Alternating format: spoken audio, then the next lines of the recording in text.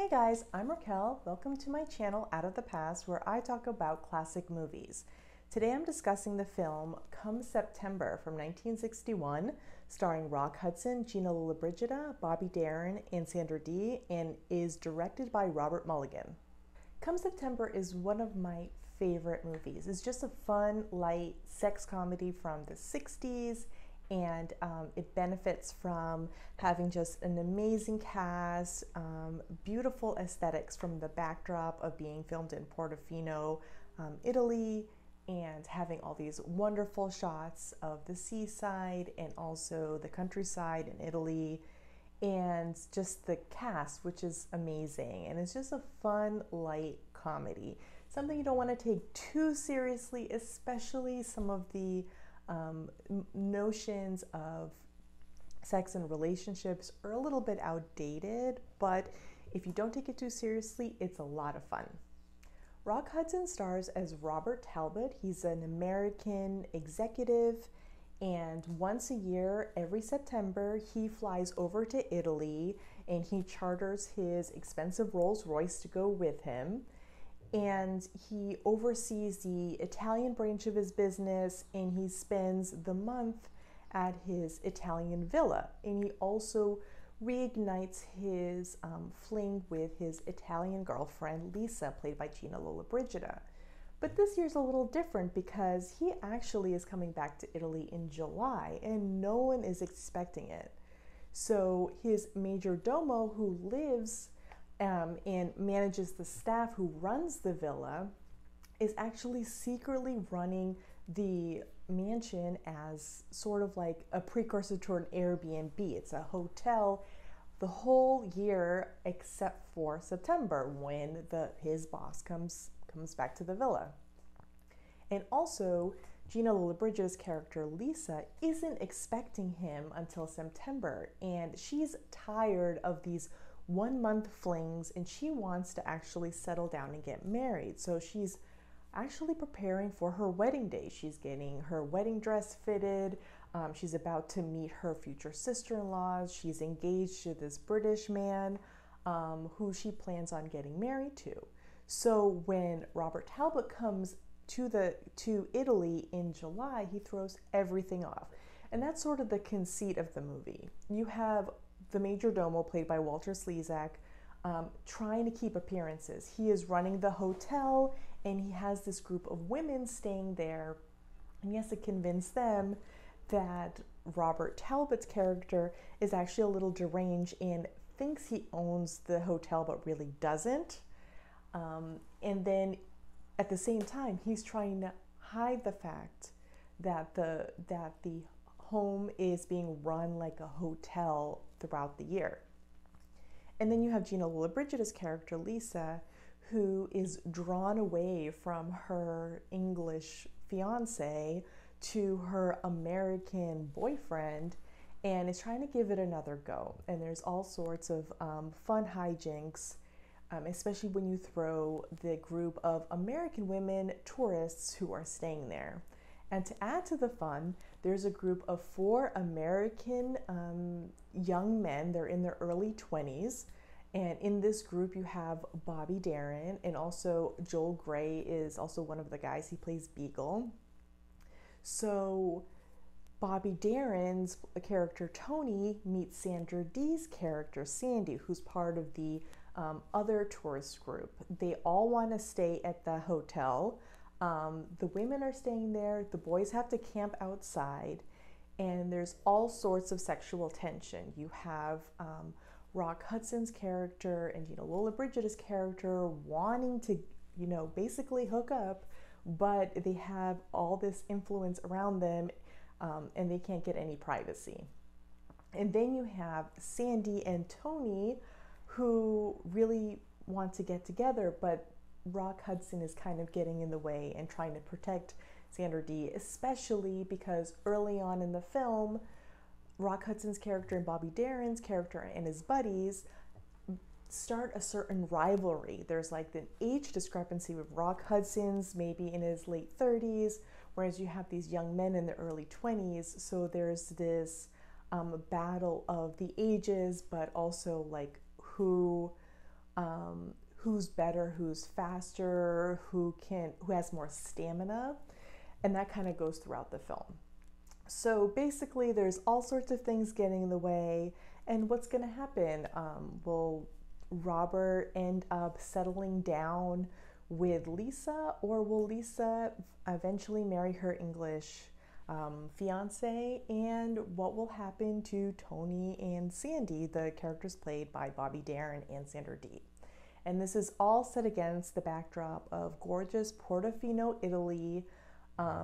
And it is just a lot of fun. There's lots of really amazing shots of the countryside. They go on a nature trip. There is just really a lot of fun. And as the film progresses, the hijinks increase. Come September is a 60s sex comedy in the same style as films like Pillow Talk, Move Over Darling, and Boys Night Out. This is one of my favorite of the genre, and for these sex comedies, they're basically romantic comedies where sexual frustrations, or at least a sexual relationship, are at the forefront of the story. Now you got to remember, at this time there was still a production code which limited what you could show in terms of sexuality on screen. So this was one way to kind of push the envelope to make a story that is pretty much driven by characters wanting to have a sexual relationship with each other, but not showing too much. So there's a lot of fun watching these movies with a modern eye to see sort of the double entendres and the subtleties in how they show sexual relationships. And what's interesting about this movie is that it's set in Italy, and you have this fiery Italian, like basically sex icon in the form of Gina Lollobrigida, and that kind of ups the ante. So this film was shot in Portofino, Italy, as well as Cinecittà Studio in Rome, Italy. And what's interesting about this era of filmmaking is that there was this real strong interest in Italy from Americans, because Italy post World War II had this cultural boom. It was almost like they were a phoenix rising from the ashes of World War II, and there was this boom in like fashion design, in luxury vehicles, in Vespas, in race car driving, in like accessories like watches. And then you have movies. This was the time of Federico Fellini and all the big Italian filmmakers. So there was this cultural boom. So there's a lot of interest from the United States in what was going on in Italy in terms of culture. What was interesting too about the sex comedies from the 60s, when they were trying to push sort of the what you could show in terms of sexuality on screen, what was interesting about having a film set in Italy and having an Italian actress play the main love interest is there's kind of a disconnect. You have this kind almost exotic woman from another land, and she has her own kind of brand of sexuality that is at a distance from what the sexuality norm was for, let's say, an American woman. So there's a different set of expectations, but then you could put that person in a relationship with an American character and kind of spice things up. It was kind of like a roundabout way to sort of up the ante with the sexuality on screen, which is really interesting. If you want to learn more about this sort of cultural boom and the American relationship with Italian media, fashion, design, stuff like that, there's a great book called The Dolce Vita Confidential by Sean Levy. I have a review of it on my blog. I highly recommend it. It is absolutely fascinating to learn exactly what came out of this era of like arts and culture in that country. There are a couple fun nods to Italian film in this movie, specifically to Federico Fellini. Gina Lollobrigida's character's name is actually Lisa Fellini, which is a fun reference. And then Walter Slezak characters, he's the major domo of the villa. He runs the villa as a hotel called La Dolce Vista, which is a reference to Fellini's film La Dolce Vita. What's interesting too is I've heard several people say that the Robert Talbot character in the story, played by Rock Hudson, is actually sort of like a Howard Hughes type.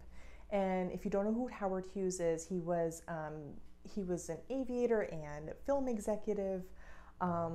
He ran, I think, TWA for a while. He wore a lot of hats, but he was really well known for being a film executive who ran RKO into the ground and also held a really strong grip on actresses' careers. And you'll see that he really hurt, some actresses, holding them back from film opportunities because he was obsessed with them in one form or another. You can see this with Jane Russell, Janet Leigh. I mean, it's really quite awful. And one of the women he controlled was Gina Lollobrigida. In fact, if you listen to You Must Remember This podcast, the author also has a book just about Howard Hughes and his relationship with the different women in his life called Seduced. Highly recommend listening to the podcast and reading the book too. There is a whole episode of the podcast just on Gina Lollobrigida, and basically Howard Hughes really desired Gina Lollobrigida, but she wasn't interested in him, and he almost coerced her into a contract where she could not make any American movies under his contract. But I think the contract stipulated studios, so she got around it by filming with independent productions that happen to be American movies. And this is an example of it. This one was produced by Raoul Walsh Productions and Seven Film Productions, I think it's called. And it was released by Universal Pictures. It was distributed by them. So this was one of the ways that she can get around that. I personally don't think that the Robert Talbot character really is a Howard Hughes type. He can be a little controlling in terms of how he deals with the women characters in the story. You can see that in how he's trying to teach the American women, like the young American women who are all these like kind of virginal types. He's trying to show them that, oh, they need to hold back. They need to make the man work. And,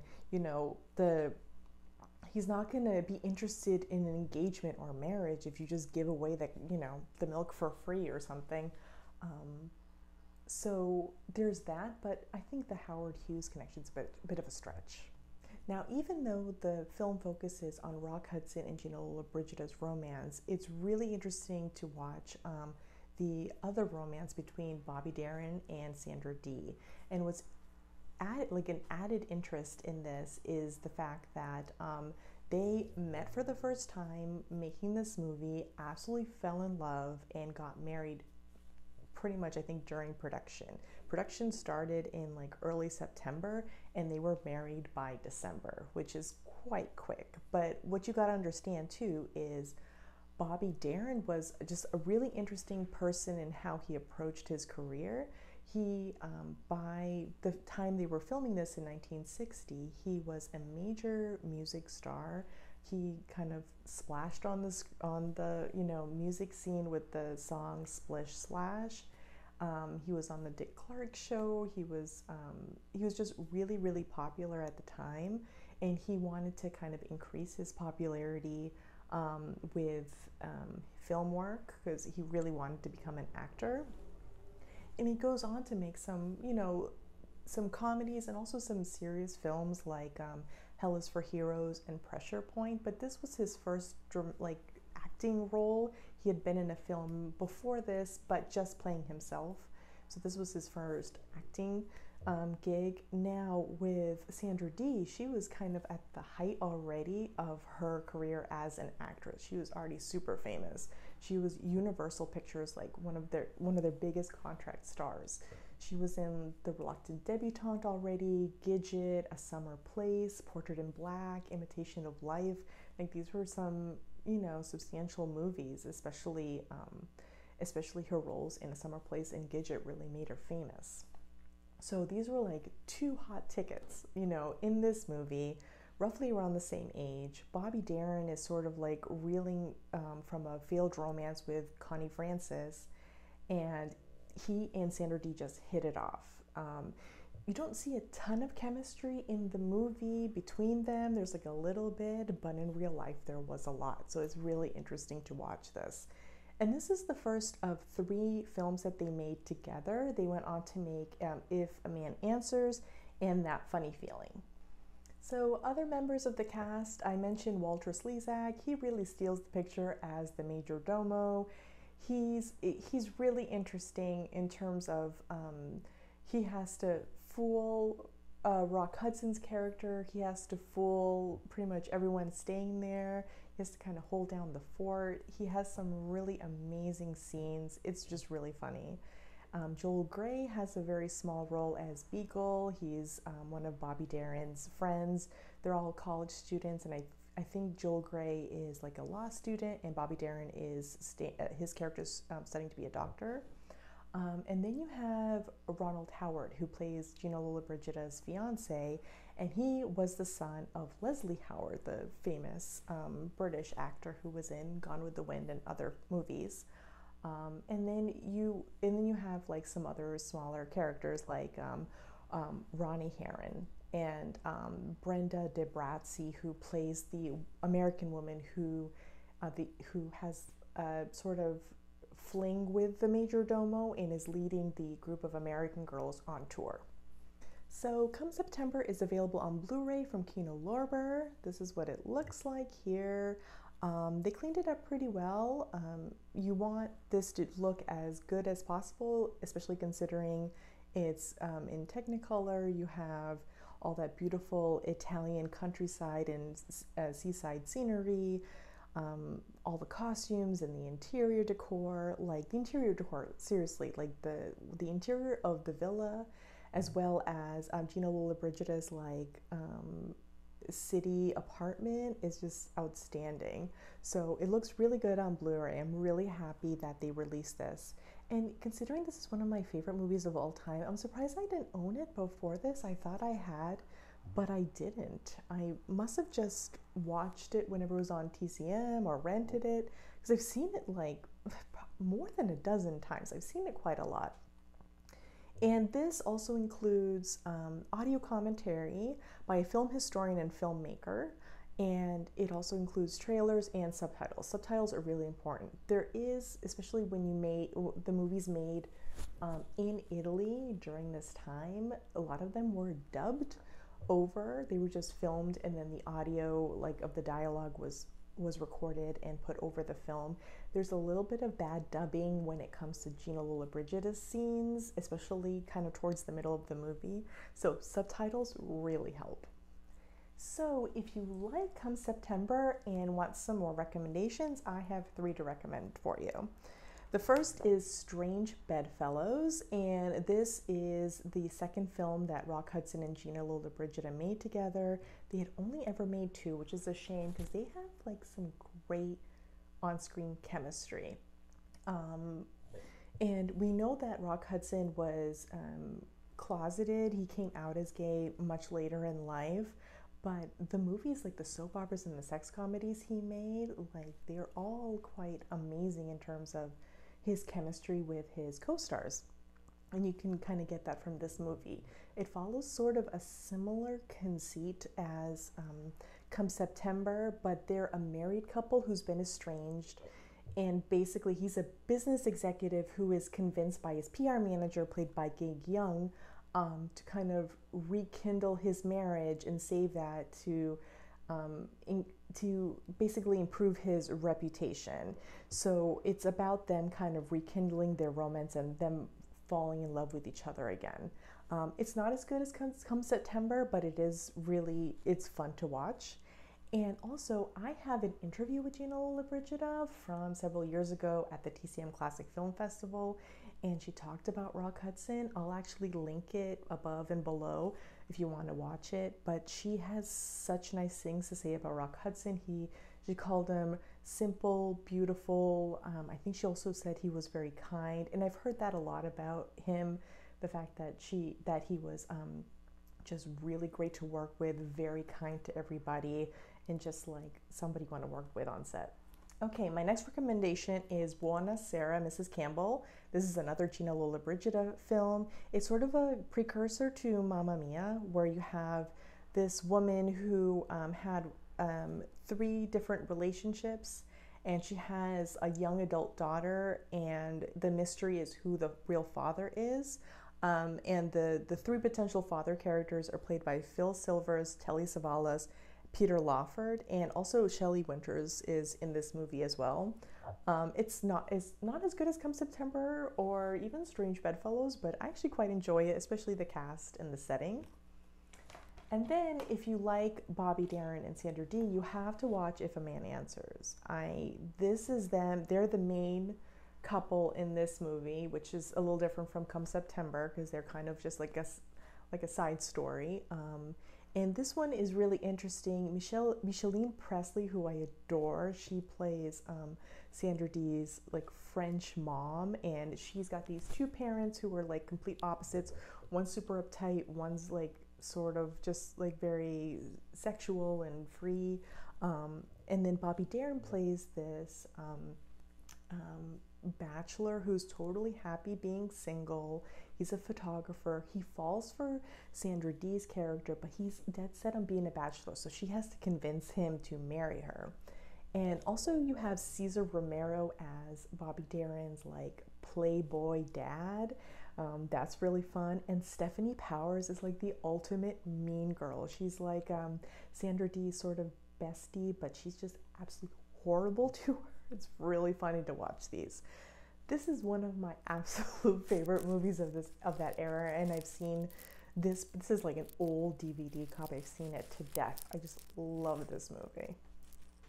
So that's Come September. Have you seen this movie? Leave a comment down below using the keyword Lola, L-O-L-L-A. Actually, Gina Lollobrigida's nickname was La Lola. And I just love that. It kind of rolls off the tongue really well. Just some fun facts about this movie, just to add to what I've already discussed. Marilyn Monroe and Tony Curtis were considered as potentials for the starring roles. I'm kind of glad they didn't, because I just love this pairing in particular, but that's really interesting. Also, the villa in the movie, the exteriors are actually a villa owned by Rex Harrison, which I thought was really interesting. And as I said before, this spurred a romance between Bobby Darin and Sandra Dee, and they got married just a few months after filming. And it's funny that the filming actually started in September, even though the story takes place in July. But it is Come September, so they filmed it in September. So I thought that was interesting. So let me know, have you seen this? What are your thoughts? Have you seen other 60s sex comedies? What's your favorite one? Thanks for watching. I hope you liked the video, and I'll see you next time. Bye.